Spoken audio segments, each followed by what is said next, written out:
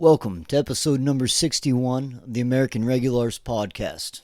I'm your host, JD Walter, and today's podcast will be probably fairly short. It's going to be talking about the assassination of Charlie Kirk, which is obviously sad, and I can't even imagine how much content's out there talking about it right now, because this is a truly just horrible and significant moment in recent history. Before we get into the politics part of it, or how it's shaping politics, or how it, whatever, what actually happened, speculations, what it may lead to. When I heard about it yesterday, this is the day after, I listened. I couldn't stop listening. I couldn't stop reading and refreshing X, just trying to get all the information I could, and it really, on a personal, it really kind of just disturbed me a little, and not so much that, like, deaths are obviously aware. We talk about a lot of deaths and a lot of death in this podcast happening in Ukraine or Palestine, and the fact that those are happening in large numbers doesn't negate or diminish the tragedy of it. And I mean, I think, quantifiably it's worse when you look at it that way, but there is something about someone that's well known, who you've heard their voice or seen their videos time and again, that does personalize it to you, even if you don't know them. When you can put a face to it, and even somewhat of a personality that you understand, it's maybe not even a personality you like or agree with on everything, it does seem to resonate more. And maybe that's just kind of the way our brains work, but it bothered me. Like, I get fired up on here a lot about the wars, but, like, I had an unsettling feeling for much of the day yesterday thinking about it. I thought a lot about the family of Charlie Kirk, especially. I think once you become a dad, you see everything through the lens of what's good for kids, or how kids are affected. And that's one thing I thought today as I woke up. I kept picturing Erica Trump, I believe his wife. I mean, she had no sleep last night. Not only is she dealing with this horrible tragedy in her life, the murder of her husband, not only is the video out there, also there are so many videos and clips and TikToks or tweets or whatever of people applauding or celebrating the death of Charlie Kirk. And that's just one more layer of this unsettling thing that she probably had to deal with. And I suppose she might have been better equipped with it for other people. If you're a guy with no real profile or whatever notoriety, no one's really going to rejoice at your guys' whatever tragedy befalls you, like celebrities have to deal with. So maybe she was a little more ready for that, but I can't imagine how. But the part that really just bothered me is, I was like, I got two young kids, and I think maybe they're a touch older than Charlie Kirk's, but they've got to be fairly close, enough to approximate. And I feel like that gal woke up, if she slept at all, and then when her kids had finally cried themselves to sleep that night, they wake up, and I imagine there's about 10 or 15 seconds for those little kids where, I don't know, they don't instantly recognize that their world's been devastated.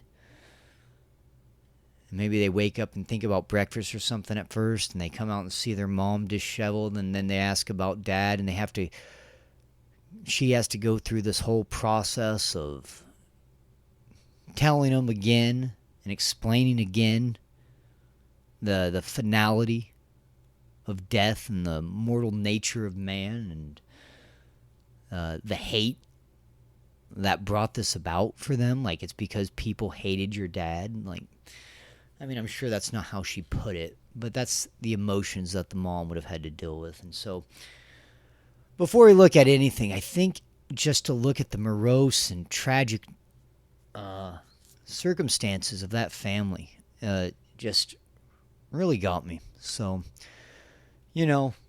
whatever. The obligatory thoughts, prayers going out to their family.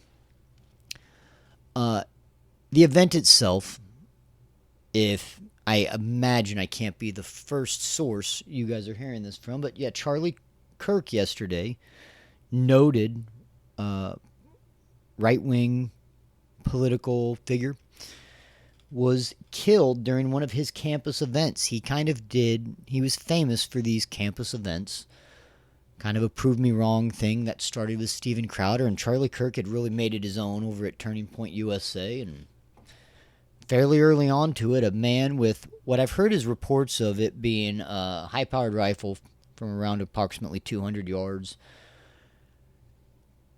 I've heard some reports saying it was a 30-06. I don't know what all's confirmed. I know the high-powered rifle part is. But he takes a bullet, and it looks like he might have been wearing a metal plate, and that it might have ricocheted up and hit his neck. When I had first heard about this, my phone started blowing up from many different texts or chat groups pretty well at once. And I was pretty adamant in not wanting to see this video. And I was trying to also stay in... I didn't watch the video of that poor Ukrainian girl getting murdered on the bus. And I didn't want this. I didn't want to see it either. But I did see it. I was watching the first suspect being dragged off with his pants falling down or whatever. And then X does that thing where it just kind of rolls over to the next video. And within like 2 seconds, about the time I had to register it, I saw the shot of it was a rough shot. It was a rough view. If you saw the video, I don't recommend it. Some people are saying you have to watch it to, I guess, acquaint yourself with the radical ideology of these violent people or something.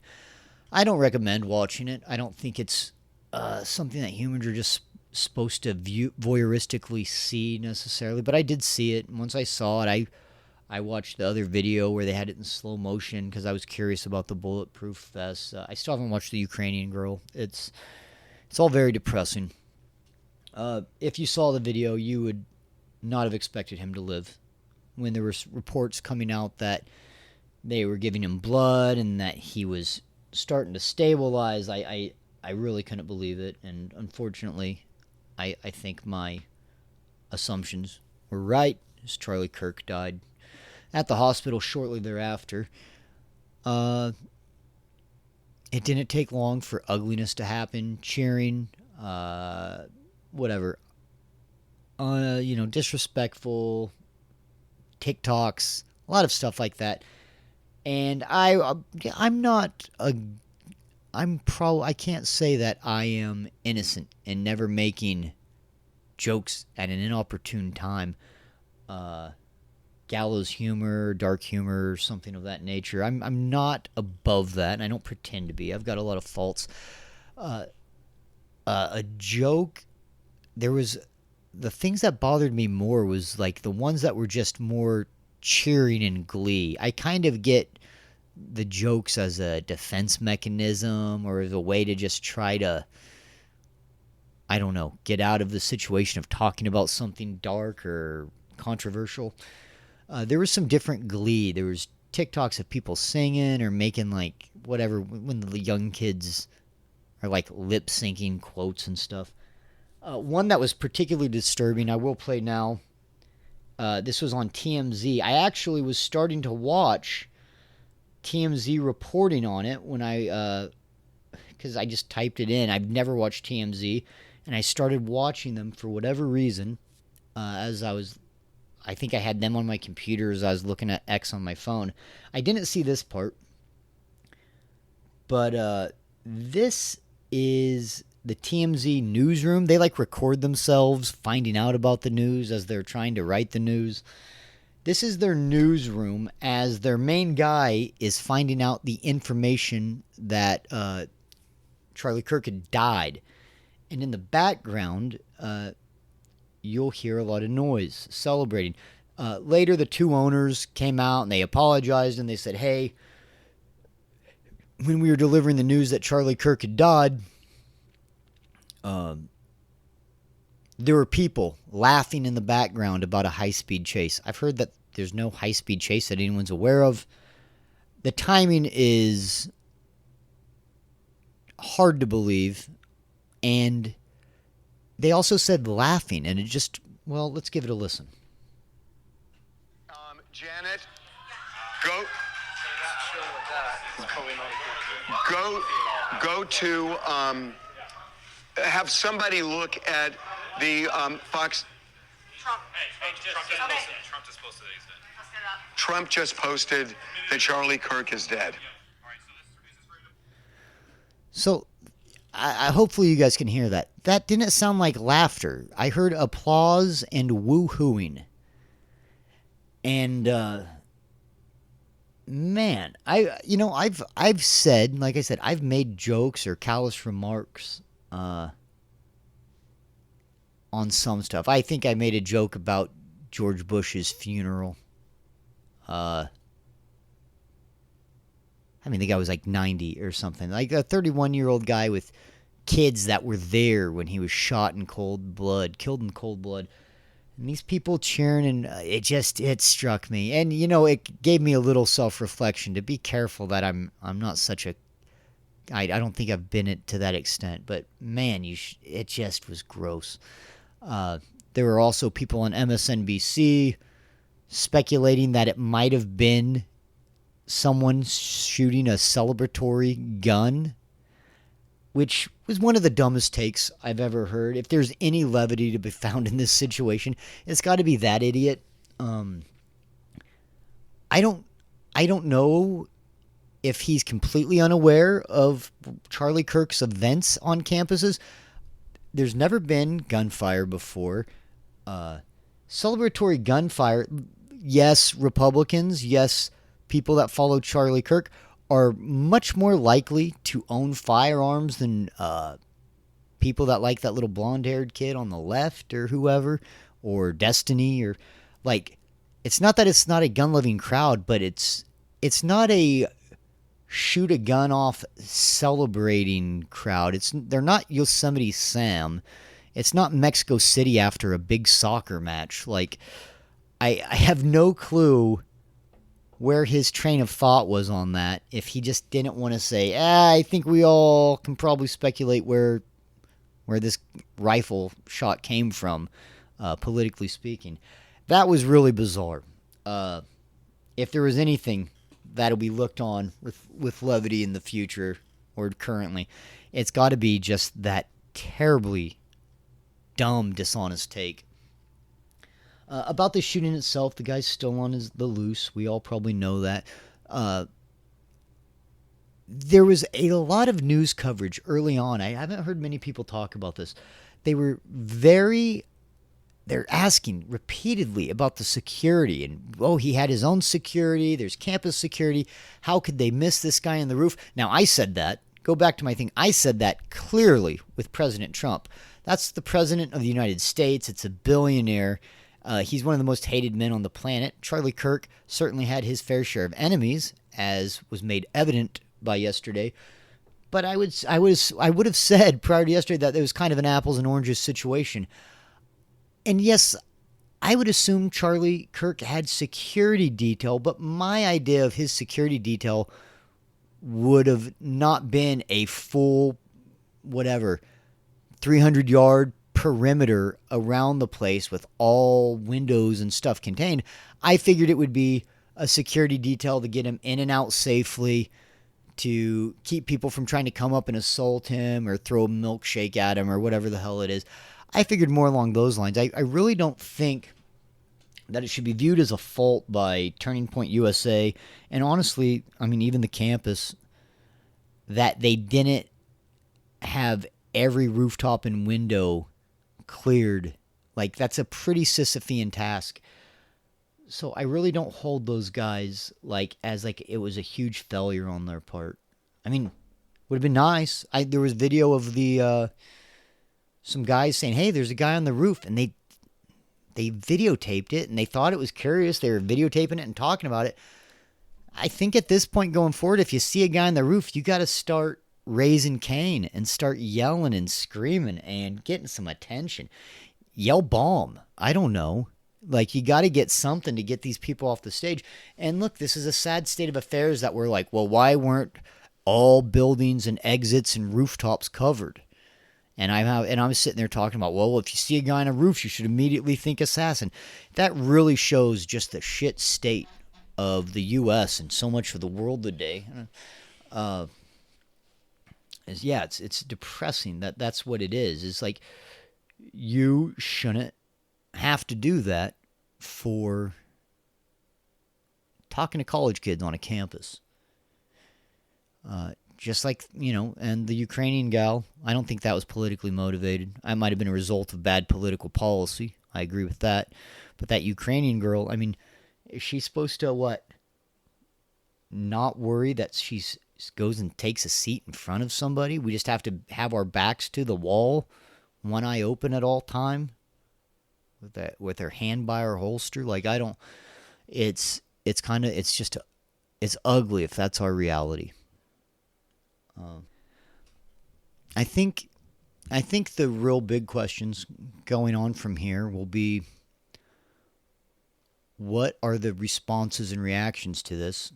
There's anger. I've seen some people talk a lot about peace. I've seen guys on Twitter saying that, there's been a lot of stuff about Charlie Kirk being a Christian. I've seen some people saying, yeah, well, if we want to follow on this idea, and if we're calling ourselves Christians, we should pray for the salvation of the murderer too, which is a hard thing to say, especially early on. Maybe when looking back from a longer scope, it's easier to forgive people. But people mention Saint Paul, and he was a murderer and persecuted the Jews, and there's a lot of guys with pretty big rap sheets in the Bible, and however good most people think they are, this won't become a theological podcast, but no one's perfect. I think most of us are better than whatever son of a bitch killed Charlie Kirk. But I've seen some tweets, some posts really doing a good job trying to extol peace. I've also seen other people saying that now's the time, and it's time to get armed to the teeth. You can't take it lying down anymore. And I think both of these things are probably common reactions that could be expected. The problem with the former might be that we might not expect stuff to change. I think the problem with the latter is that we would expect things to change in a way that would make the U.S. much, much worse in the immediate future. This could potentially be a powder keg that could devolve into what? More assassinations, more shootings, more political violence, more deadly riots. I've seen this be divisive just in stuff like chat groups and whatever. Around the water cooler today, I heard some stuff. I just walked off because I really didn't want to engage in it there, and I think I would have if I stayed around long enough. I'm not, when I'm clearing my throat, I've just got I'm fine. I've just got a frog in my throat today. I've got a little congestion. anyhow, the powder keg that it could set off is frightening. Uh, it kind of reminded me like this is not something, these political assassinations, this political violence, it's not exclusively to the left. I think it has been more heavily on the left. And now, this is somewhat anecdotal. I don't have a study in front of me, but when I think of them, I know of more off the top of my head on the left. Maybe there's a bias there. I certainly know of a few on the right. It's not exclusive to the left. I also think the ones of most note have been political violence from the left. Obviously, the two attacks on Donald Trump, it's hard to get a higher level of visibility than trying to kill the president. Charlie Kirk, along with the fact that this gruesome footage is there, also, again, high visibility. I know on the right recently, that woman for the Minnesota government and her husband were murdered in their home. I'm not as well versed on that one. It was less visible. They weren't famous people with millions of followers. Doesn't make it less tragic. But that was obviously one on the right. But like, again, I say maybe that's some of the bias when I'm thinking that the left is more heavily involved because just because of the figures that have been killed or attempted to be killed. It's not, I don't think it's completely even, and I also think it doesn't do us any favor trying to perfect the exact ratio or percentage of the imbalance. I was talking to a friend earlier, and I listened to like the first 10 minutes of Dave Smith's podcast, and I shut off because I wanted my own ideas here. And he already said something I was planning on talking about, and that I was thinking about Jeff Deist actually saying on, I think, a Dave Smith podcast. And it was just the importance of just being a good person. If you listen to Dave Smith, you'll have already heard him say this likely. But yeah, it's like I can have friends with widely differing opinions. And it's like, if you treat my kids good and you're a nice person and you're just a decent person that you wouldn't mind being a neighbor. I mean, I don't care if you're a Trotskyite, really. Like, if it's not affecting my life, but you're being kind to people, that's better than having, some guy like myself who's an anarcho-capitalist, but past that, he's a dickhead to everybody and doesn't take care of his property and has just disrespectful or vulgar in front of children or something. Like, I would much rather associate myself with a Trotskyite.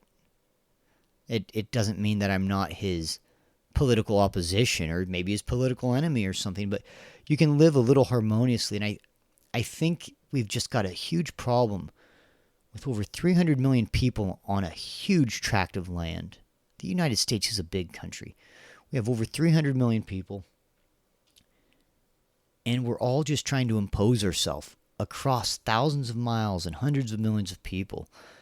And it just makes so much more sense to me if we could, I don't know how, with the way the world's globalized and information age and technology, but if we could just worry about the city we live in or the one-horse town that we're from, and we just worried about our neighbors and our schools and our city council or the local football team, whatever. If we worried about that shit, as opposed to all of us thinking we have the prescription on how to right the nation or how it's been wrong for the last 100 years, I think everybody would benefit from that. And I think it would benefit the lefty, the right winger. Like, I really do. It's very politically disheartening. I think one thing, I don't think Charlie Kirk was seen as a human by the people that are applauding his death.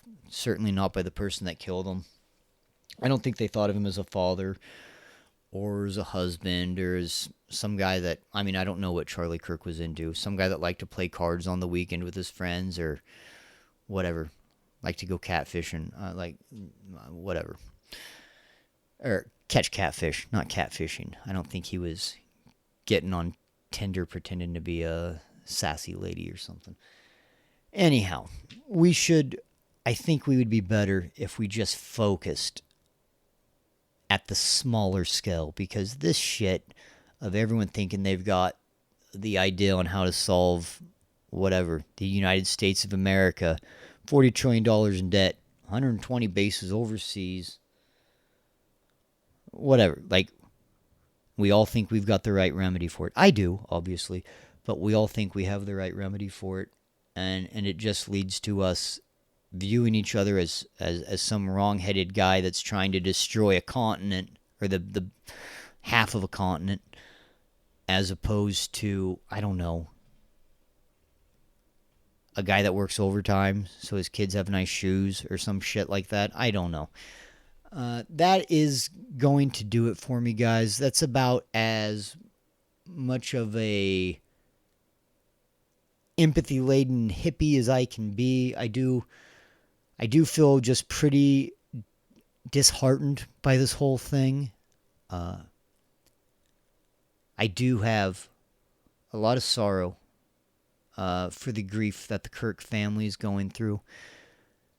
And I think it should also maybe try to make us more aware of all the sorrows that happen all over.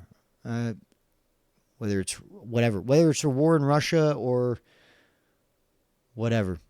Someone's old mom down the street, whatever, just finally gave out and died. Whatever. And that's not as tragic for sure, but we could all probably be a bit less of assholes, especially my friends. All right. Thanks for listening. We'll catch you on the next one.